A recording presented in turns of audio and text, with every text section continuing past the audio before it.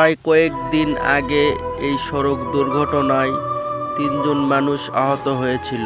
এই ঘটনা শোনার পর আমি কিছুতেই চুপচাপ থাকতে পারছিলাম না।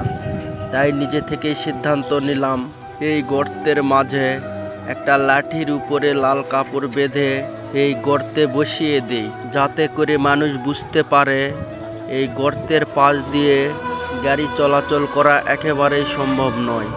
যারা সবসময় যানবাহনে করে চলাফেরা করে তাদের সকলকেই বোঝা উচিত একটি দুর্ঘটনা সারা জীবনের কান্না। তাই সবসময় সাবধান হয়ে গাড়ি চালানো উচিত, কারণ এই রাস্তা দিয়ে প্রতিদিন হাজার হাজার মানুষ যাতায়াত করে। তাই এই রকম রাস্তার পাশে ভাঙ্গা জায়গা দেখলে আপনারা নিজেই ঠিকঠাক করে নেবেন। এতে করে আপনাদেরই অনেকটা উপকার হবে। তাই হিংসা না করে আসুন আমরা সকলেই মিলেমিশে দেশের জন্য কাজ করি। এতে করে আমাদের পরিবেশই অনেক সুন্দর হবে। তাই আসুন আমরা নিজেরা নিজেদের জায়গা থেকে একটু পরিবর্তন হয়ে দেশের জন্য কাজ করি।